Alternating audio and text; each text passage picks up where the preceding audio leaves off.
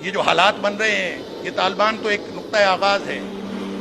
یہ جو حالات بن رہے ہیں، نبی اکرم صلی اللہ علیہ وسلم کی حدیث کو دیکھیں تو لگتا یوں ہے کہ اب کی بات ہے یا 10 سال کی یا 5 سال کی، کب ہوگا کب نہیں ہوگا. حالات امام مہدی کے بن رہے ہیں،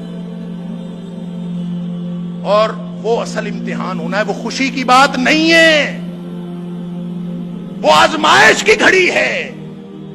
اور امام مہدی نے جب بیعت لینی ہے نا تو اس نے جہاد پر بیعت لینی ہے، جس کا معنی قتال ہے. جہاد کی وہ آخری کڑی قتال پر بیعت لینی. اور نبی اکرم صلی اللہ علیہ وسلم نے فرمایا جب امام مہدی آئیں گے نا تو لوگ 3 حصوں میں مسلمان 3 حصوں میں تقسیم ہو جائیں گے. ایک حصہ وہ جنہوں نے امام مہدی کو تسلیم ہی نہیں کرنا. انا للہ و انا الیہ راجعون. میرا گمان یہ ہے کہ حالات جس رفتار سے تبدیل ہو رہے ہیں اور جو قیامت سے پہلے کے حالات احادیث میں بتائے گئے ہیں، اس کے لیے جس کو آپ کہتے ہیں سٹیج سیٹ ہو گیا. ڈرامے کے لیے آپ کو ڈرامے کا سین ہے، اس کا سٹیج بنانا پڑے گا نا، آپ کو سٹیج سیٹ ہو گیا. تو ان واقعات کے لیے اس وقت دنیا میں سٹیج سیٹ ہو گیا یہ ہے. اور غالباً حضرت مہدی ان کی ولادت ہو چکی ہے. یہ ہے کہ علامہ اقبال کا ایک شعر ایسا ہے جس کے بارے میں ایک بہت بڑے جو بھی اقبال شناس ہیں انہوں نے مانا کہ اس شعر سے سوائے حضرت مہدی کے اور کسی کا تصور نکل ہی نہیں سکتا، ناممکن ہے. تو یہ اصل میں ان کی جو کتاب ہے جس میں کہ وہ بہت اعلیٰ نظمیں جو ہے فارسی کی ان کی اس کتاب میں ہے زبور عجم، اور اس میں انہوں نے کہا ہے خضر وقت از خلوت دشت حجاز آید برو، کارواں زی وادی دور و دراز آید برو. وقت کا خضر، وقت کا رہنما، یعنی یہ جیسے مجدد وقت کا خضر، وقت کا رہنما خلوت دشت حجاز کی کہ صحرا کی دشت میں سے برآمد ہوگا، اور کارواں قافلہ جو ہے وہ اس وادی دور و دراز، وادی سندھ جس میں ہم آباد ہیں، یہاں سے چلے گا. اب اس میں اصل میں 2 حدیثوں کی علامہ اقبال نے وضاحت کر دی ہے. ایک تو یہ کہ حضرت مہدی چھپے ہوئے ہوں گے، انہیں تلاش کیا جائے گا. یہ تصور کیا ہے؟ یہ شیعہ اور سنی کے درمیان مشترک ہے.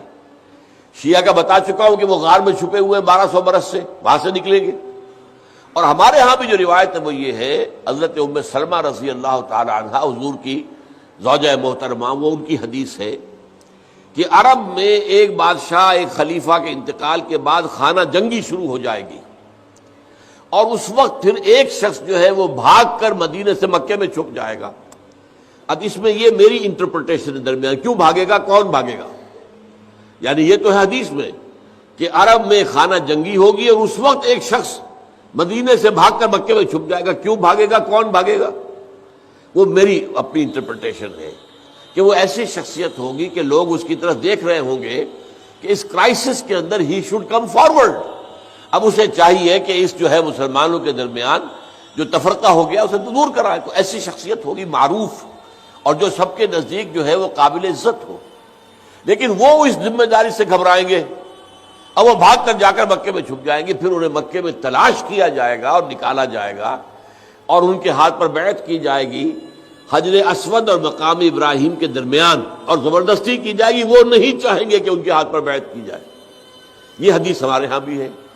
تو گویا کہ کہیں پر چھپے ہونے کی حالت سے برآمد ہونا، یہ جو ہے شیعہ اور سنی دونوں میں مشترک ہو گیا. اور یہ وہ پہلا مصرع ہے، خضر وقت از خلوت دشت حجاز آید برو. وہ جو خضر وقت ہوں گے جنہیں میں کہہ رہا ہوں مجدد وقت، وہ دشت حجاز کے کسی گوشے سے برآمد ہوں گے. دوسری حدیث کیا ہے؟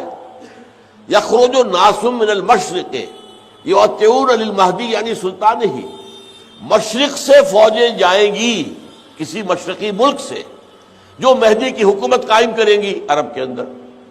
اس حدیث کا مصداق علامہ اقبال کہہ رہے ہیں کہ یہی وادی سندھ ہے، یہاں سے فوجیں جائیں گی. یہ اسلام کے لیے بننے والا ملک ہے یہ وادی سندھ. اور وادی عقل کے خلاف نہیں ہے، عقل سے ماورا ہے. لیکن ایک ان کی جو ہے شاعری، جو رات کو خاص طور پر شاعری کرتے تھے، وہ الہامی ہوتی تھی.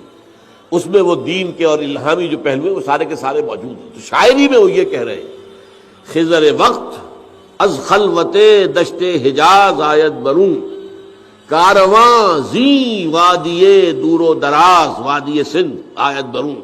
یہاں سے فوجیں جائے گی، گویا کہ یہاں پر پہلے اسلام کا نظام قائم ہو جائے گا. پھر جب وہ وہاں پر ظاہر ہوں گے تو وہاں پر، یعنی اس کے اندر یہ چیز امپلائڈ ہے کہ عربوں میں دم نہیں ہوگا، عرب کھوکھلا ہو چکا ہے.